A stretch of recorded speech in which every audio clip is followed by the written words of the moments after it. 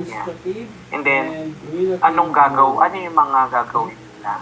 Kasi syempre, demonstrative and relative anong gagawin nila kapag What is demonstrative pronoun? to regulate that? It is a No, to word regulate that. used to No. point So, to something. Point nyo daw. therefore, Turo mo. kasi di ba Western Turo medicine, na, point something. sa ibang Demonstrative. countries, Kung ano as in, demonstrate. tinuturo talaga kung ano yung contraceptives. Or some So later on, meron tayong pag-uusapan na sa context natin in the Philippines, parang i-try natin gawing, i-contextualize natin. Paano ba natin ito gagawin sa atin?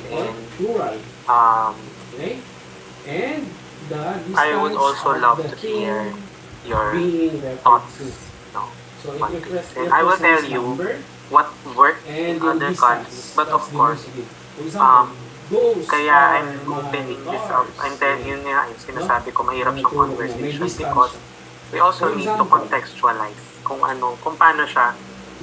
Kasi mahirap naman din i-discuss yung, halimbawa, magkaroon ka ng kliyente na ito yung challenges niya. Mahirap na,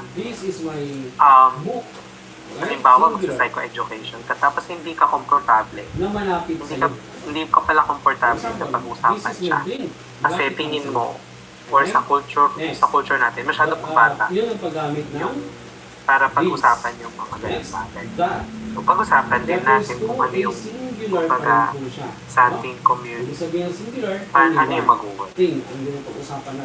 So, yun, like what I said, to have an open discussion. Yun yung sinasabi ng research na parang we have to have an open discussion about sexuality, about relationships. And then, yun nga, psychoeducation, we have to give them facts about sexually transmitted infections, about asking for consent, and then ano ba yung mga types of consent, how should they say no, how should they walk away kapag they are in danger. And then, we can also talk about sa clients mo na about yung kahandaan nila or yung mga pressure nila to give in into relationship expectations ng family nila about it's also important to understand local sexual health resources for referrals. So, halimbawa, teenage pregnancy, of course, syempre, ililink natin sa mga clinics. Where should they go?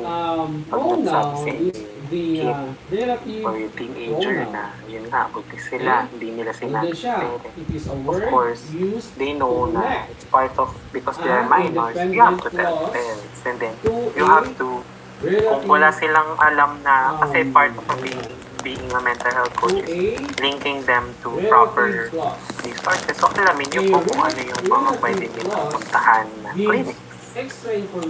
For either sa pregnancy, OB, or pwede din yung mga sexual, kung halimbawa may sexually transmitted infection yung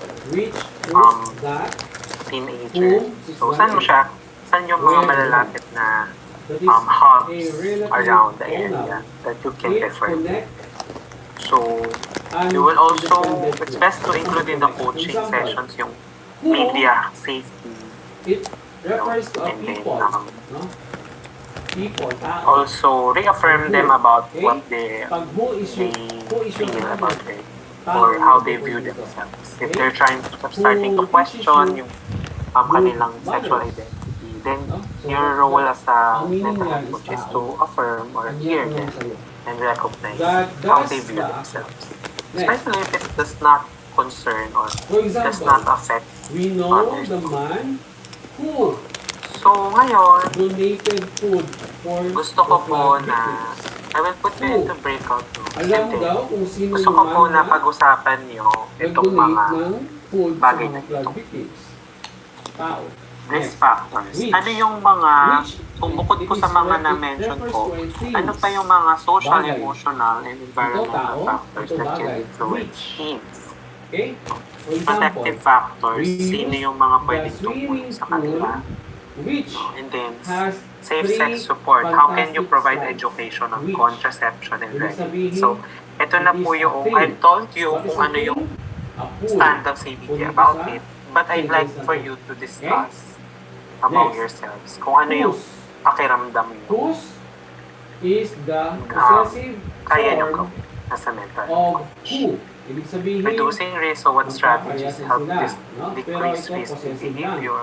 This mga is naisip nyo? used when And then sa parents, no, how can you support describing yung parents? ownership of something or someone. If you own something, you use who. Okay? This is tao din to. Okay? For example, the dog or tao or thing, I or will animal. divide The dog the whose group into collar was three loose run away. groups. So, ibig sabihin, the dog whose collar was loose, natanggal, ran away. Whose, ibig sabihin, it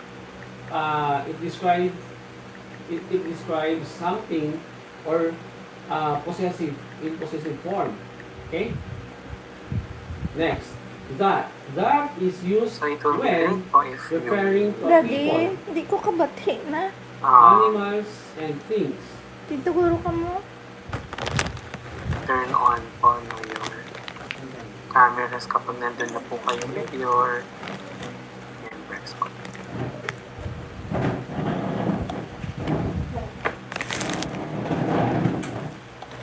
Kahit mo ako nga. May tiga-apat po kayo. Okay. Before you join, na-picturean nyo na po. Ano?